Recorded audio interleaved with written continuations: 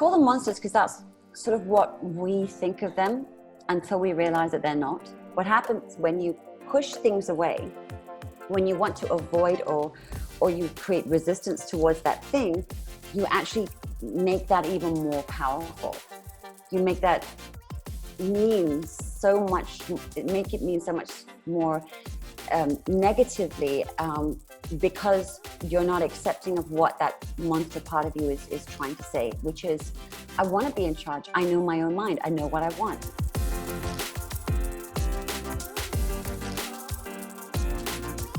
Hello, dear friends, and this is Kristina Mand-Lakhiani. Welcome to my Honest Conversations. Oh my God, as I was introducing this Honest Conversations, I suddenly realized I'm so conscious because I'm going to talk to such a professional when it comes to hosting anything at all.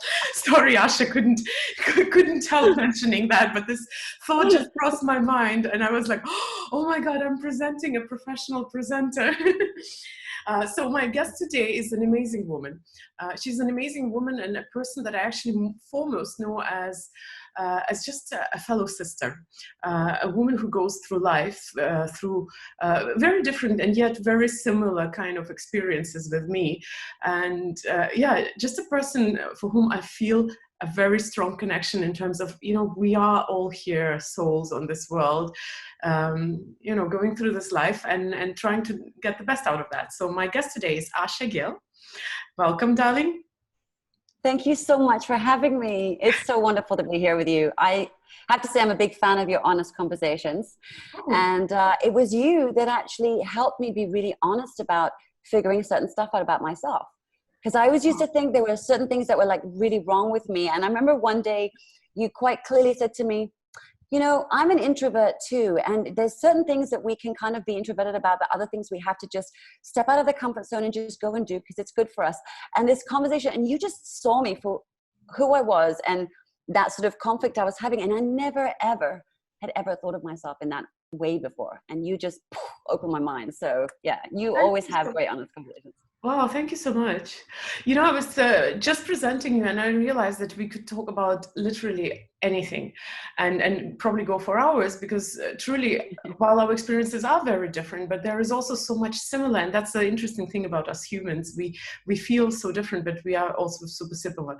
But I've come up with the topic for our conversation. It's going to be good girls go to heaven, bad girls go anywhere. Go anywhere else. Yeah, wherever they like. So I want to ask you, Asha, are you a good girl?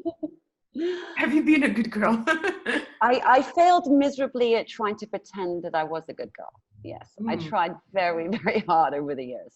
Yeah, but no, I think I don't have the filter to be a good girl. I think I can try to a certain extent so that I don't ruffle people's feathers, but I think that I have a very serious issue with my filter. And so ultimately the not good side, I'm not saying that it's a bad side, but the not good side sort of tends to lead the way. Maybe unconventional. We'll get back to good and bad, but I'm thinking of this. You do live in a fairly conservative society in Malaysia. That's where we know each other. And you're very visible there. How does this feel when you have to filter yourself, and does it actually affect you, or are you okay with the conventional good and bad, what's okay, what's not okay, or how do you marry this with the pressure of society, because you are known in Malaysia and I'm sure people expect you to behave in a certain way. Does it ever contradict your truth, and what do you do then? I think when I first moved back to Malaysia, because I kind of sort of everything blew up when I was living in Hong Kong, where I was nobody. I could walk around in my singlet and my dirty pair of shorts and no one would care, and it was only when I sort of relocated back to Malaysia that things kind of were like, people would sort of stop me. I used to have this thing, and I still do. It's this sort of mindset where people stop me and talk as if they know me. And I'm standing there because my memory is so terrible. I'll sit there and I feel so terrible because I can't remember who they are and I don't remember their name. And of course, I've never met them. So that was like a really big thing that I used to have to get over, remind myself, you don't know them. It's okay. But I think I've always not had a very good filter. So I've always been a little bit of an oddball who kind of swears too much, who's a little bit sort of odd. So I think kind of I didn't have to sort of, I think because I'm not bad and I'm not trying to do anything bad, I could get away with it. But I think the telling thing about how I feel about that, though, is very interesting. A couple of years ago, I was in England and I was visiting my sister. And as they have these lovely sort of pop-up stalls on the side of the roads, you know, I was walking along and I saw this shop and I saw these beautiful jumpsuits. And I literally, because I hate shopping, I bought 4 of different colors because I just loved that sort of design, right? I was like, yes. I'm like, this is perfect for Malaysia. I can walk, you know, I can look good. I can look funky, fantastic. I come back to Malaysia and that was 2 years ago and I haven't worn it once out because it feels weird to wear it here because of how society kind of is here. So that was one of the first sort of very glaring points of how I could operate as me here and how much more freer I felt to express me perhaps somewhere else that wasn't here. So that was very interesting. But do you ever feel the conflict that you can't say something because that won't be acceptable? And it is not necessarily, I'm not talking necessarily about it being dangerous. Just as an example, when I've been, these past few weeks, I've been, not few, 1 week, I've been very engaged in what's going on in Belarus. And it's a political issue. Political issues are never easy to talk about because there are always opinions pro and con. And also it's a sensitive thing because post-Soviet republics and revolutions is not the topic you want to bring up. A lot of people feel very, very strongly. So as I was sitting and making my first post, my hands were shaking because I realized I'm going into dangerous territory and I still haven't figured out my own relationship to the idea of expressing my opinion the way it is and not mellowing it down so that it's more palatable. Do you ever face this kind of choices in your life, considering that Malaysia is also a country with a lot of taboos? Yeah. Not necessarily political, you know. Yeah, no, absolutely. There are, I actually understand what you're saying because I do find, in fact, it's hilarious because my 13-year-old son is forever telling me to just don't say that, don't make jokes about that, for goodness sake, don't put that accent on, it's considered racist now. So he's trying to help guide me because even when I think I'm doing something that, it's not that I don't want to share my opinion, but I struggle to find a way to present it in a way that, or I'm hoping to present it in a way that people will look first to try and understand what I'm saying and then share their opinions. And one of the things that kind of scared me, not just about Malaysia, but in the world in general, is this cancel culture. That the minute you say one thing that isn't in alignment with a group that is big enough to sort of cause a sort of tsunami of change, this cancel culture happens and then there's no dialogue and there's no change. And so that actually terrifies me because it's not that I'm afraid to speak my truth per se, but it's, do I have the fortitude or do I even honestly care to engage in a situation that is going to blow up like a bomb and not get anywhere? So I think that's kind of what terrifies me a little bit. How did you feel? Did you actually post it? Like, what was the... Well, I did. And you know what's surprising? I'll have to ask you about your racist accent, by the way, but after that, because I'm curious what it is. But, okay. You know, when I did my post about Belarus this last 2 weeks, my reach dropped more than half. To more than half, to less than half of what it was. Sorry, I suddenly realized I can't express myself clearly. So it's an interesting thing because, yeah, there were a few people who commented. I was mellow. I'm very mellow in expressing very strong opinions, as in I'm trying not to insult people, but I will not lie. I just will try to present it in a way where I'm not attacking people. That's my conscious effort that I'm doing. And I'm not doing it out of fear of criticism. I'm more doing it out of respect for the fact that other people might have other opinions. I don't know how they got there, and I don't want to insult them just because we disagree. But because of that attempt, my opinions are often rather mellow, as in they're presented in a soft way. But surprisingly... Which is good. So yes, I still got some criticism, but what I was surprised, social media punished me. My posts just were not showing, and I'm thinking, on one side we are talking about nowadays everything is so open, everybody has a voice, and Right. social media is adding to free speech, but I have a feeling that not in my case, and a lot of crucial important things you actually get hit.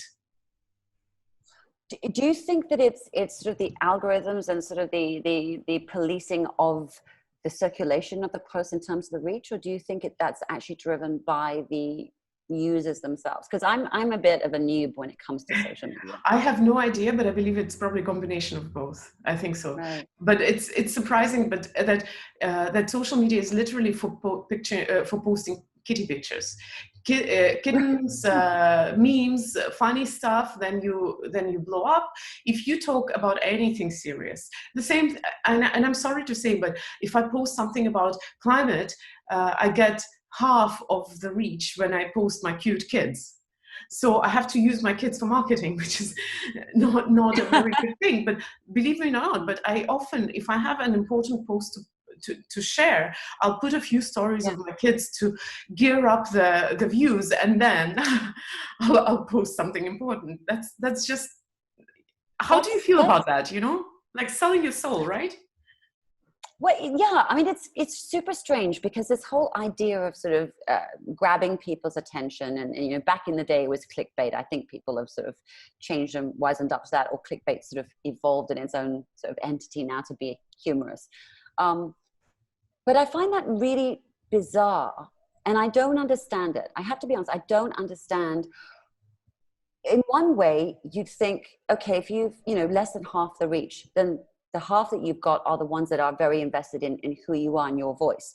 And actually they're precious because those are the people you can help, will be able to reach, will be able to sort of be of service to.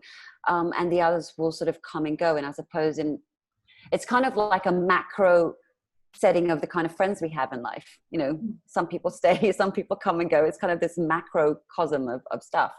But it is strange what will grab people's attention and what is the right and sort of integrous, if that's even a word, I don't even know if that's a word, integrous way of sort of creating sort of traction and interest in what you're doing without, as you said, selling your soul. So I haven't figured that out, and it's very confounding for me. I get very confused by it. So you've actually experienced huge fame, and and now I'm a has-been, as my son goes, Mama, enjoy being a has-been. Oh my God, this is a little cruel. Yeah, 13. What can I say? Well, kids are the way they are. Yep. So has it toughened your skin, or has it opened you up? Because that's what I believe, that our experiences, they have the way to take you one way or another.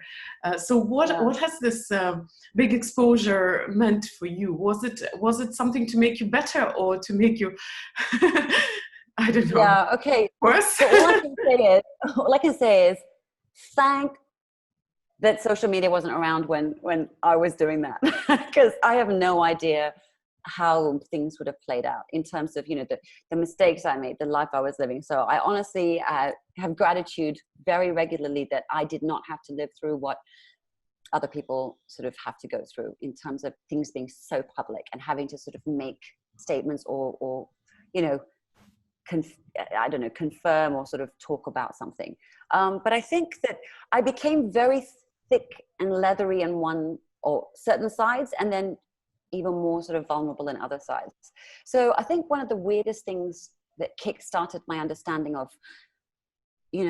I am going to be lynched sometimes. I'm going to be, or I shouldn't use that term. That's very un-PC of me. Sorry, take that back.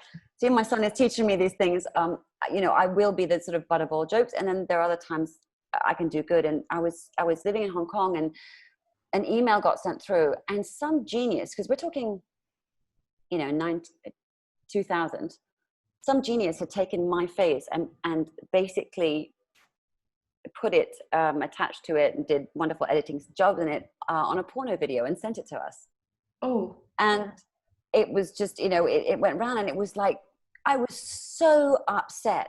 I literally was completely sobbing. I was almost hysterical because I felt so violated, and I couldn't understand why someone would be so cruel. And it took, you know, one of my producers, a woman, to come up and just say, you need to find a way to make that not matter to you, because you don't need to own something that's not your thing. You need to find a way for that. Otherwise, you might as well pack up and go home, which I was really angry at the time. I was like, how dare she, you know, doesn't she understand, blah, blah, blah. But it actually was the best advice. And I just had to find a way to kind of, and I still get, you know, last year, I was sort of a businessman reached out to me about doing some coaching work of a grieving process. And in our dialogue, he happened to say, oh my gosh, you know, everyone said you were such a bitch, but it doesn't seem like you are anymore. Maybe you've changed. And I was like, sorry. And, you know, so I still get, and it kind of, my brain kind of goes, I don't know how to process this, but I actually have gotten better and better as I've gotten older, and went, well, I don't know who said that, and I actually don't care. So if they have worked with me, I'm sorry that was experienced. If they haven't, when they're lying out the arse, but, you know. So I think you have to, but there are parts that are really sort of very soft and vulnerable, and you do kind of, I'm sure, as you probably felt, you know, when you're putting yourself out there and you're writing a post that's actually important to you, really important to you, that you're giving your voice to, and then you see sort of this, you know, half the lemmings fall off the edge of the cliff. No, my lemmings are all dying. They're gone, you know. I'm sure it kind of makes you kind of go, who am I? Am I doing the right thing? Is there something wrong with me? You know? I absolutely relate, because of course I've never had the amount of attention as you do, but still I have enough attention to notice how hard it is to be in the limelight, especially if the people who have opinion, you don't even know them, but they are sometimes very forceful to express that opinion on you. And why I'm asking all these questions, while we regular mortals might sometimes think that, no, you can't compare the attention that the stars are getting or the celebrities are getting, but we still go through similar experiences. And no matter that your audiences may be millions and somebody's audience is maybe only 10 people, it still hurts as much. I remember an experience, you were just talking about the porn video, and I suddenly remembered I had a very similar, not as intense experience, where somebody took a picture of a couple in a very compromising position. We just happened to wear similar clothes that I wore that day, and at that time Vishnu was my husband, and it was such a nasty, ugly kind of porn style photo, and that person just circulated it among our friends and said, look, I found them, saying it's me, and it wasn't even me. And I get it. It's a small thing that can happen to anyone. It's not. It wasn't all over internet, of course, but it doesn't matter. The thing is, it doesn't matter. The hurt is the same, because you can't go out to those 100 people and start telling them, like, look, it wasn't me. So I get it, and that's why I'm asking, because I think this is the most complicated part about being alive right now with social media, is that whatever matters to us is not a holy thing for everybody else, and what matters to us might be just smeared in mud like this, and you have no control. So how do you find this philosophical approach to life not to be hurt? I think I can't remember the name. This is honestly menopause brain. Seriously. I don't know how women go through this, but it's happening to me, and I was already scatty-brained, and now with the menopause coming on, it's just like, I just sometimes, you know, I forget my son's my son. What was I going to say? I think the key here, and I don't remember the author, which is why I'm telling you about this menopause brain, but it's having that fucks budget. You know, you have your bucket and you got X amount of fucks in it. And it really, I mean, I used to know it by something else before that was a bit more boring. So, but I love the fucks budget analogy. And it's like, is this true? Does this really matter to me? Or can I just kill this whole thing and just remove myself from the game or the scenario. And that's what I've increasingly done. It's like, Fuck's budget's super low. You know, I don't have the bandwidth to care so much about this. Okay, fine. And it doesn't mean that it doesn't affect you, because you do have those very human feelings of, why would someone do that? Or why would someone say that? Why would someone believe that and not, you know, come to me and ask me? You still have those thoughts, but you just keep on, you armed with this thing of going, it's their problem, not mine. It's not mine. I don't need to own this. It's not mine. And it's hard, but it's like, you've got to keep on sort of doing it. But it is how that Fuck's budget. I walk around with it. How about the cancel culture? You said you're still afraid of that. Does that not fit there, or is it a little more complicated? The cancel culture terrifies me, because I remember when I don't go often onto Twitter, because it's just such a hateful place sometimes. And it's just, when you're trying to keep sort of your vibration, your energy kind of up, and here, it really can get you kind of really feeling crouchy and low. But I remember going on and sort of discovering this huge controversy, debate, I don't know quite what the right word is, with J.K. Rowling and what was going on with the things that she was saying. And I was so frustrated. I actually wrote going, why can't we talk about this? Like, I want to understand more of what she's trying to say, because I still, from these snippets and stuff, you don't get the essence of where someone's really coming from. Things, you know, in text messages, we all know things can be made to be something else. So I was kind of like looking all over Twitter, trying to find, and then I went onto Instagram and other places, trying to find someone who could do the controversy of J.K. Rowling 101 explained, you know how they do in newspapers, you know, from the start to the finish, to try and kind of follow it. So I kind of had a sort of taster of this by, I had a bit of a rant about something that happened at school with my son. And it was all about racism and things going on. And I couldn't wrap my head around something. And someone called me out on it. And I was so shocked that this person came at me in that sort of way. It wasn't a, hey, let's discuss it, or blah, blah, blah. It was really like, that I just literally had to kind of go, do I care enough to engage in this? Is this person a troll? Because that's the kind of thing, it's a very strange thing. You have to kind of think about the investment you're making into a conversation. And in that instance, I just pull out and I shut down, and I actually deleted a lot of things. And a lot of people said to me, you shouldn't have deleted the tweets. It seems disingenuous? No, disingenuous. Yeah, something like this. Yeah. But I was just like, I don't want to have that conversation. And I put it up at the wrong place, because it's inviting that kind of attention that I don't want. I'm not there to start a war. I misunderstood how to use this. I'm just removing it.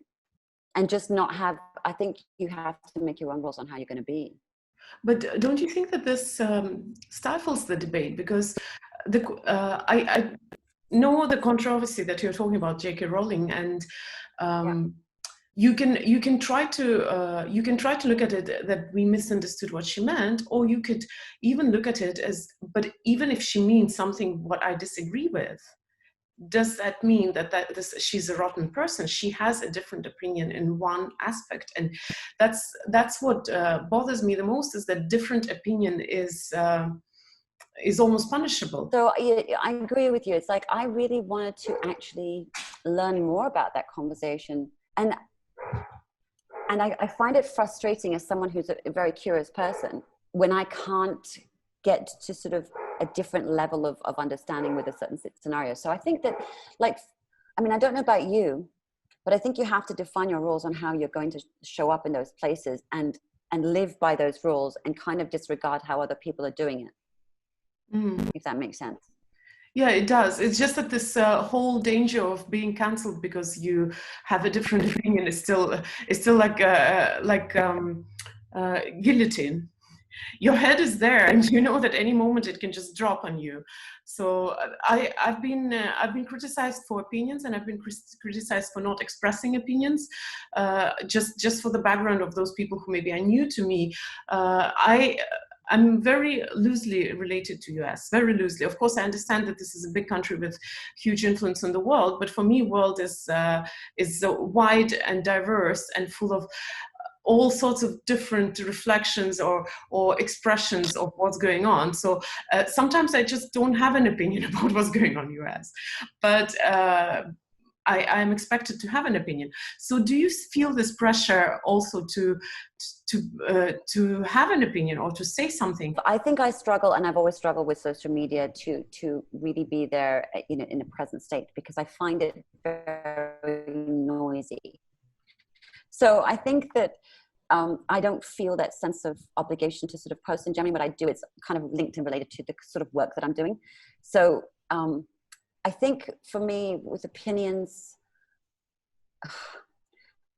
I could say my opinion on so many different things, and yet it's just echoing what other people say, and it doesn't really change anything. So how can I be, how can I affect change? Or if I want to say something because it's really affected me, then I'm putting it out as a personal sort of post on, this is what I'm upset about today, or this is what I'm dealing with today, or this is what I'm processing, as opposed to anything. I always have this dilemma in my brain, how much there is work, there is something that I do for business, there are things that I talk about as an author, as a speaker, but then there is the rest of the world that keeps happening.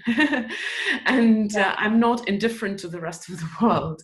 So as a person who talks to people in any shape or form, sometimes through Instagram, which is not huge, and sometimes from stage and in other ways, that's what I want about. It's easy for me when I have interviews or when I talk to people to be honest, but when it's a dark audience, like when you're from stage, then I get scared. I get scared that I will get misunderstood. And what would you hope if people are misunderstanding? What would you hope that they would do? What would you do if you were watching somebody on stage saying something and you could feel yourself reacting? What would you do? It's so funny because we just switched roles for a short while, but it's for a short while. I'm coming back to you. Don't hope you'll be asking me questions, but I'll answer this one. Okay.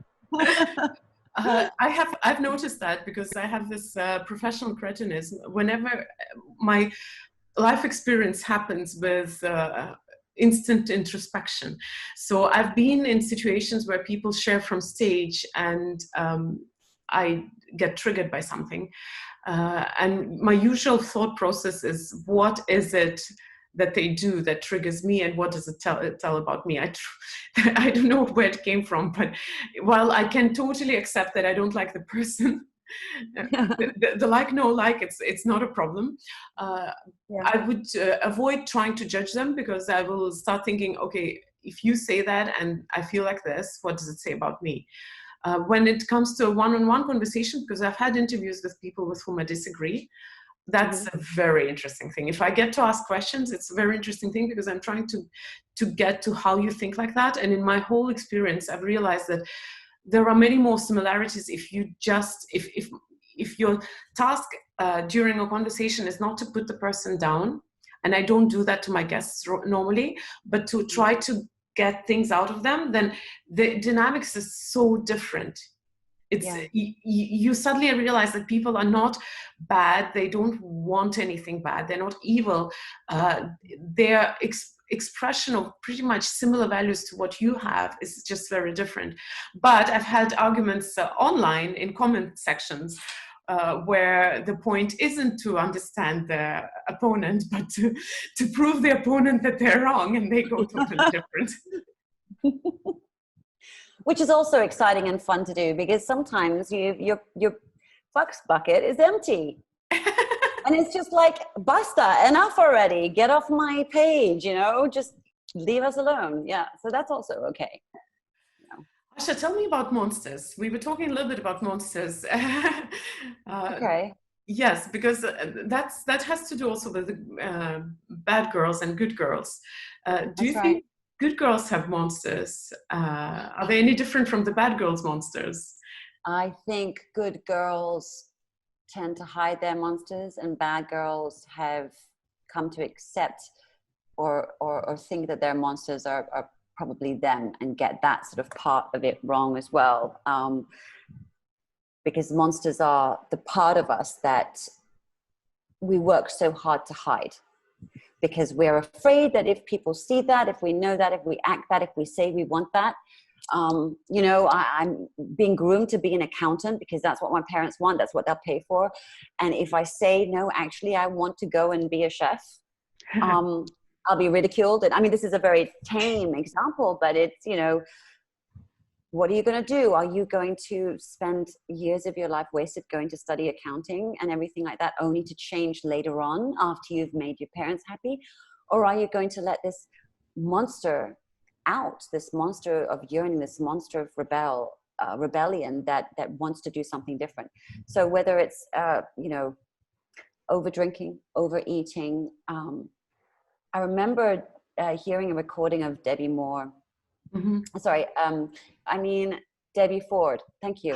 Thank you, Debbie Ford was talking about, you know, that side of her that was seen as a bitch, and so we try and hide that because being a bitch is something that's bad. When you look at that aspect of that monster in you that is that bitch, it's really something that women have been told, or girls have been told, that you shouldn't stick up for yourself. You shouldn't stand up for yourself. Saying what's right or standing up for yourself is going to make you look X, Y, and Z. And this is what happens. And so then you try and hide the side of you that's being a bitch. And what happens when you push things away, when you want to avoid or you create resistance towards that thing, you actually make that even more powerful. You make that mean so much, make it mean so much more negatively, because you're not accepting of what that monster part of you is trying to say, which is, I want to be in charge. I know my own mind. I know what I want. And when you don't do that, I have to be a bitch because I have to be in the extreme, because I don't have my borders or boundaries secure and firm and healthy, that when I get pushed to this part, that's when I either snap back, or that's when my temper goes, or that's when I go and I'm drinking, you know. So the monster, the workshops and the sort of work on monsters I do is about going, if you can just own that as just a part of yourself that's trying to tell you something. I know for me, you know, there was a time when I did drink too much and I was trying to fall asleep, and I was trying to create a buffer between me and the world because of how my brain works. And I didn't understand that about myself. Things got so noisy and I got so overwhelmed that I used that to create that little pocket of space where I could kind of breathe. And then when you realize that that's what you're doing, and I didn't want to tell anyone that I'm having a few drinks just so I can sleep. I didn't want to tell anyone that. And I didn't look at it as, you know, I did have that, oh my God, am I an alcoholic? No, you're not an alcoholic. You're not doing this. You're not doing it all the time, da, da, da. And this whole conflict starts coming up. You start hiding that. And I remember when I actually went straight up to somebody and I said, this is what I do because I don't know how to cope with that thing. And it was an amazing session I had with this person, because this person wasn't a coach or anything. It was somebody who actually was an overeater. And she had lost so much weight, but it was in a very different scenario. And she was talking to me about what you're doing, what that monster is trying to help you to do. And if you pay attention to what that message is, the changes you can make. And that changed everything for me. Sorry, now we have my dog in the background who's growling at the guy who's trying to blow leaves. Welcome to suburbia.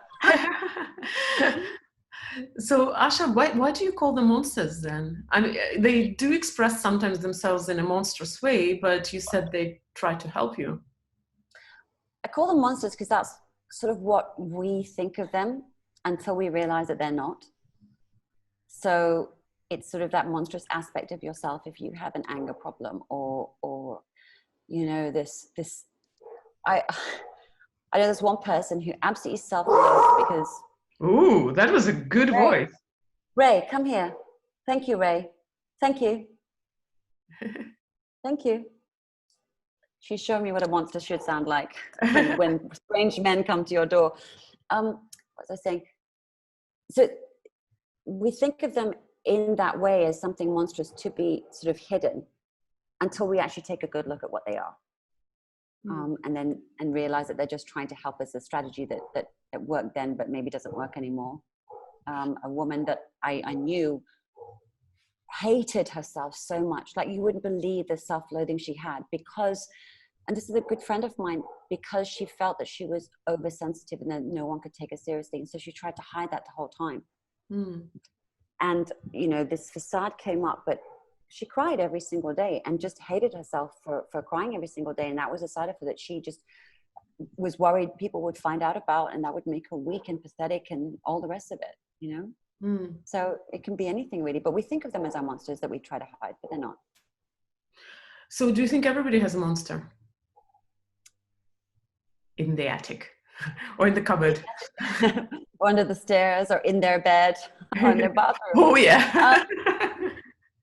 I think that at some stage we've all dealt with them.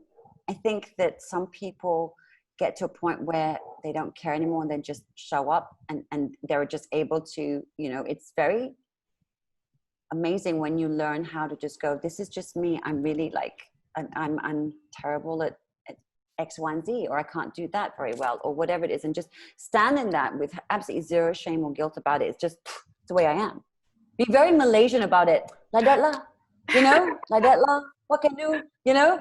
And when you're like that, it's like, it's that you're not even giving space for someone's opinions to even, it's almost like if they have an opinion, it kind of drops dead sort of a few feet away from you, because it's like, you don't care.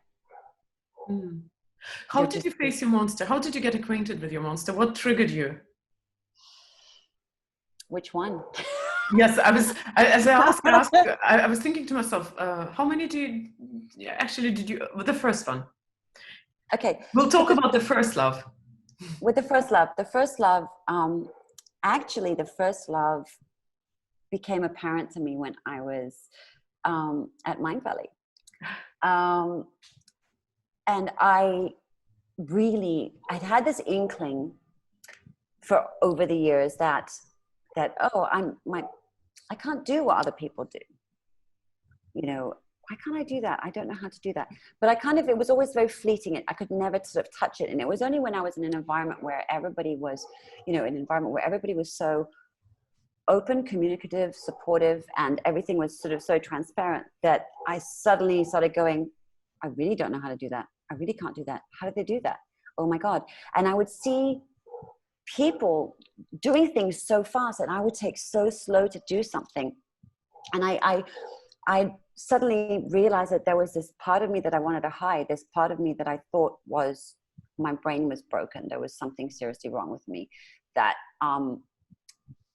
there was a problem with my brain. Like there was an empty space in there, and that I was stupid because I couldn't pick up systems and processes, because I found doing things so difficult, like super difficult. And I would like cry at home. And then this has started, when I was working in Singapore as well, it started sort of this, I would cry because I've been overwhelmed because I found things so challenging and difficult. And when I started to look at what it was, the sort of, when I tried to look at it in the face, like, what is that thing that you think is broken or not there? What is that thing that tells you that you can't do that and other people can, that there's something wrong with you because you can't? And when I started to sort of look at that, and it took me about a year, because that was my first one, my first love. It took me about a year to discover that I have mental blindness. So that's why I can't see visually. So that affected so many things because I can't visualize. So there's nothing wrong with me. It's just that my brain works in a different way.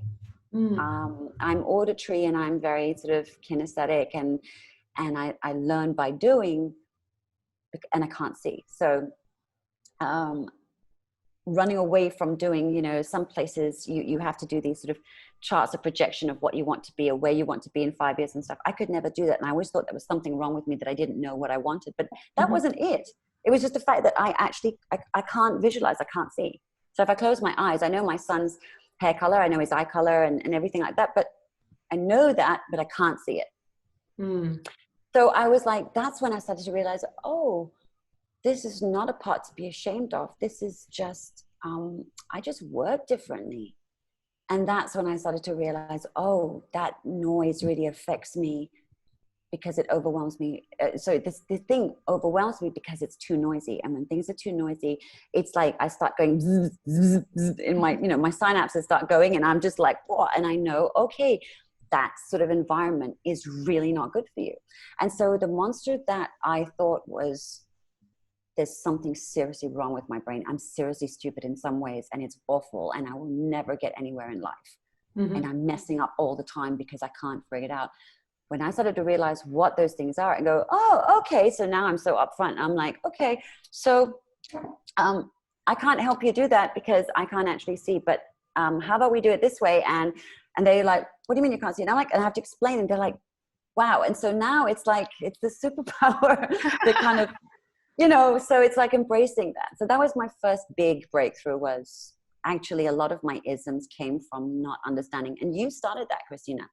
One of the things, by noticing that I was an introvert, made me kind of go, oh, how can I be an introvert and then be in front of the TV and stand in front of the stage? And that's when I started to research. And it was actually you that started me turning a look inwards and kind of putting a label on stuff so that I could understand it better. Not box myself in, but kind of go, oh, it's that. So yeah, that was a big, big monster. So thank you. I didn't know, but thank you for saying that. What helped you to be at peace with that? Because I imagine that admitting that something is different about you, different than the society in general, is sometimes hard on the ego. Why can't I do like everybody else? How did you come to peace with your monsters? I think in a funny way, I was an arsehole to myself on my ego side when I was not understanding and I was trying to hide this part of me. Instead of going up to people going, I actually don't know how to do this, and getting help earlier, I was living with this sort of like little on my, side or whatever. And I was, killing my own ego, going, no matter what you think you can achieve, you can't do anything because your brain doesn't work. Like I was, for want of a better word, shitting on my own ego quite nicely and very well already. So when it came to understanding myself a bit better, there was this sort of 6-month period where I'd feel so much relief, and then I kind of be a little bit upset about it because I'm like, how do I pinpoint the sort of ways I make up for that? Do I make up for that? So then that sort of kicked off another sort of search and rescue party to try and figure out what the other pieces were. But I think that when you've been hiding something for so long, the stress, that burden is so exhausting that when you have the option of going, I find this difficult, I can't do that, I'm really crap at that, I'm this, that, and that, and have some sort of find a way to work towards radical acceptance, it's so much easier to kind of be a little bit bumbly and kind of maybe embarrassed, maybe a little bit shy about it, maybe not know how to communicate it. All of those things are so light compared to that, oh my God, I'm broken kind of feeling, So I'm going to circle it back to the beginning, because you said good girls are the girls who are good at hiding their monsters. But also just now you said that this is what makes you, which is such a huge burden. So does that mean to be happy you have to be a bad girl? Well, I think bad's subjective. But I think asking for what you want shouldn't make you bad. So I think that then means like the onus is on you to throw away good girl and throw away bad girl and just be you, and do naughty things because they're fun, do good things because they're also fun, be mediocre also because sometimes that's what you need in the middle of the week, and have aspects of everything, but okay. I'll actually change the bad for imperfect. Oh yeah, love it. Thank you so much for having me on. Let's do this again. Yes, let's do this again, because I wanted to talk about quite a few things, and among them definitely I'm very interested about how we as women can support each other, because I feel this is the topic which is coming up. Women, one of the guys I was interviewing said, when men go to the cot with a baby and women go to rule the country, that's when the world will be a happy place again. Wow. Nicely said. So, I like it. I'd like to talk about that, and yeah, there is so much, so much wisdom, and we could talk about parenting maybe, because that we've discussed in real life so much. Yeah, absolutely. I think you do so much so well with that. So I would love to interview you about that. Thank you. Thank you so much for being here. And for everybody who's listening, I know it will be a recording. Please traditionally leave your heart in any shape or form for Asha. Thank you. Yes.